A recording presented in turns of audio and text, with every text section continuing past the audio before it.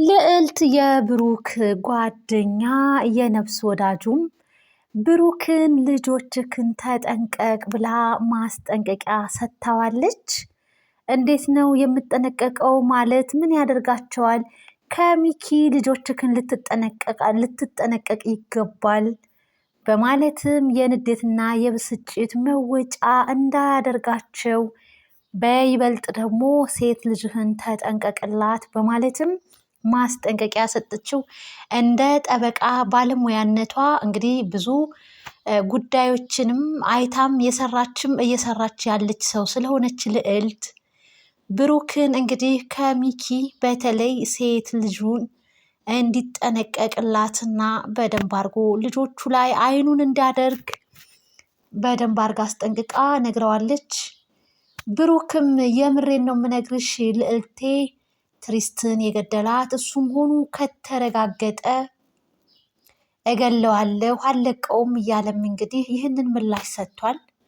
እናም እንግዲህ ምንም ቢሆን ያው አባታቸው ነው አሳድጓቸዋል እኮ ክፉ ነገር አያስብባቸውም ቢልም ብሩክ ልዕልት ግን እንዲጠነቀቅ አድርገዋለች። ሚኪ የእንጀራ አባቷ እንጂ ወላጅ አባቷ አይደለም በማለትም እንግዲህ ማስጠንቀቂያ ሰጥታዋለች። በባለፈው ክፍል እንዳየነውና እንደተመለከትነው እንግዲህ ወንዱን ልጅ እንግዲህ ጉሮሮውን እንቅ አድርጎ ሚኪ ምን እንዳደረገው ተመልክተናል ሁላችንም ማለት ነው። ስለዚህ ያን ሴቷም ልጅ በተናደደና በተበሳጨ ቁጥር የሚያደርገው ነገር አይታወቅምና ልትጠነቀቅላቸው ለልጆችህ ይገባል ብላ በደንብ አድርጋ እንግዲህ ነግረዋለች ማለት ነው ለብሩክ።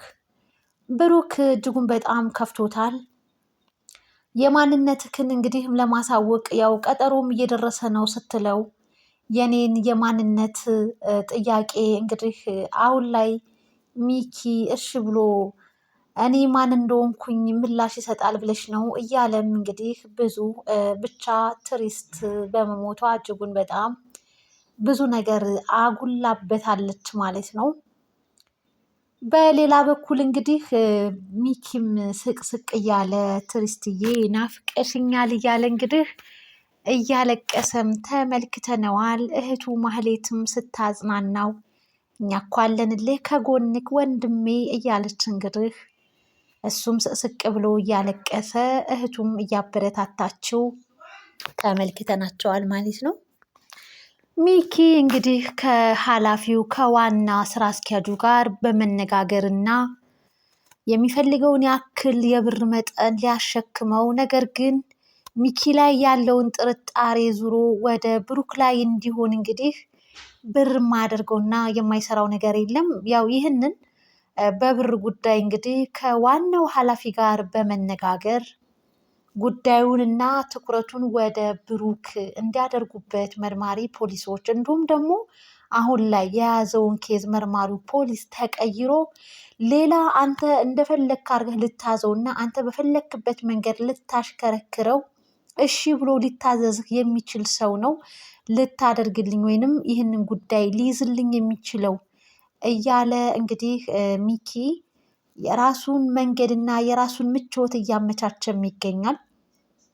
ብሩክ በጣም በሚያሳዝን ሁኔታ እንግዲህ ብዙ መከራዎችን እንግዲህ ወደፊት እየተደገሱለትም ይገኛል ማለት ነው። ብሩክም በሚገርም ሁኔታ እንግዲህ የትሪስት ገዳይ ማን እንደሆነ በፎቶ ለይቶ እንግዲህ ይህ ሰው ነው ትሪስት ላይ እኔ ላይ ያው እኔን ሊገለኝ ነበር የመጣው ያው ትሪስት በእኔ ቦታ ሆነች እንጂ ይህ ሰው ነበረ ሊገለኝ የመጣው በማለትም እንግዲህ ለፖሊሶች ይፋ አድርጎ ተናግሮ አሳውቋል ማለት ነው።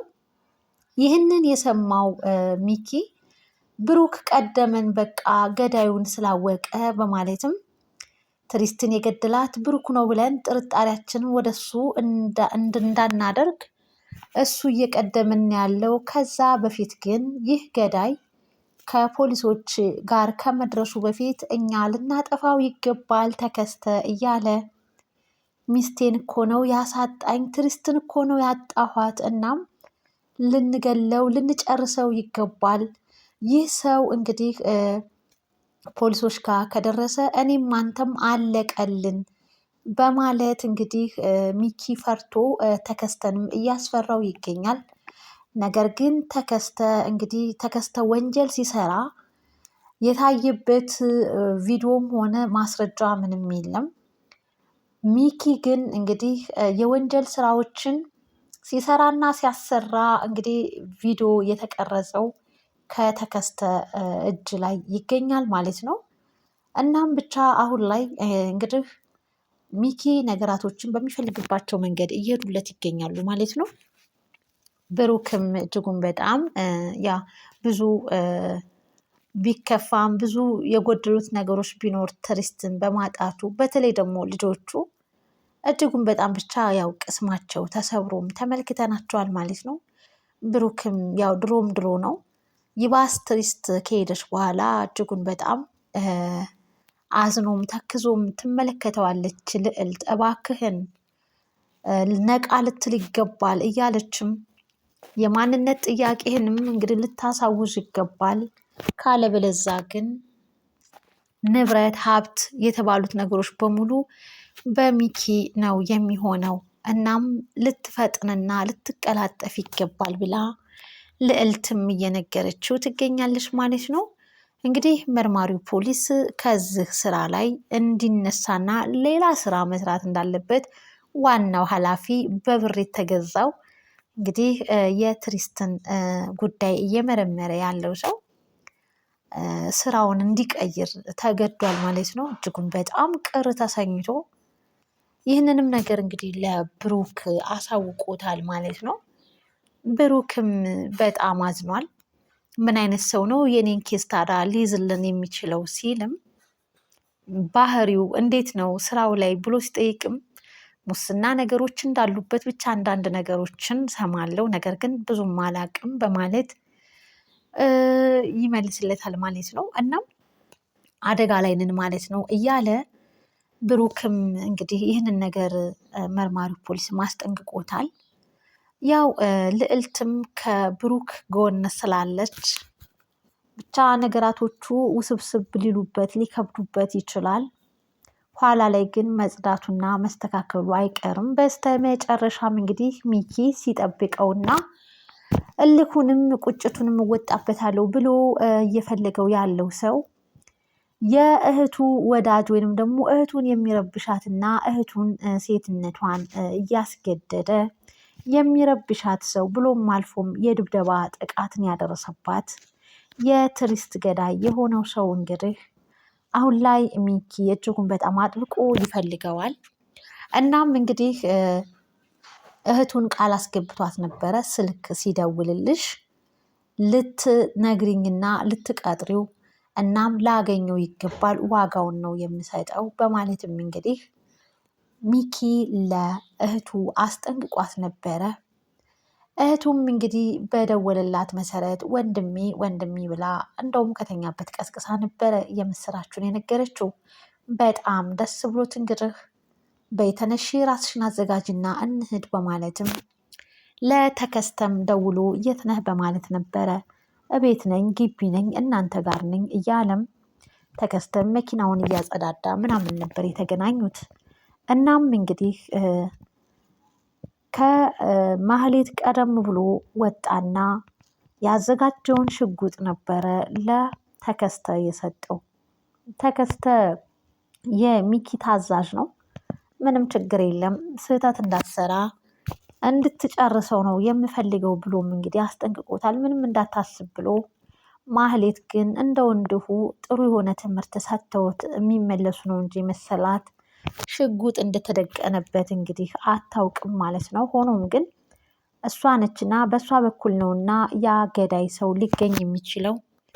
በቀጠረባት መሰረት እንግዲህ ተከስተና ሚኪ ተከትለዋት እንግዲህ አብረው ጉዞ ቀጥለዋል። ያ ሰው ግን ወንጀለኛ ስለሆነ ራሱን ከርቀት ሆኖ ይከታተል ይጠብቃቸው ይሆን ወይንስ ዘው ብሎ ማህሌትን ለማግኘት እንግዲህ በጉጉት ይሆን የሚጠብቃት ወይንስ ተጠንቅቆ ይሆን የሚለውን በቀጣይ ክፍል የምናይ ይሆናል ማለት ነው።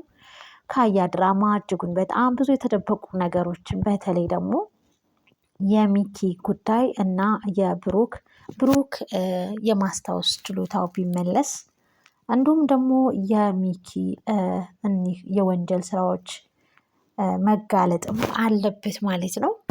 ብቻ ብዙ ወደፊት እንግዲህ የምናያቸው የምንማማርባቸው ነገሮች አሉ ማለት ነው። የካያ ድራማ ተከታታይ የሆናችሁ በሙሉ ሀሳብ አስተያየታችሁን እንግዲህ በኮመንት አጋሩን። ምንስ ሲፈጠር ምንስ ሲከሰት ይሆን እንግዲህ ማህሌት ተከስተንና ሚኪን ወንድሟን ይዛ ወደዛ ወደሚያስቸግራት ሰው ጉዞ ቀጥለዋል ማለት ነው። ምላሹ እና የሚሆነው የሚፈጠረው ነገርስ ምን ይሆን? ያገኙት ይሆን?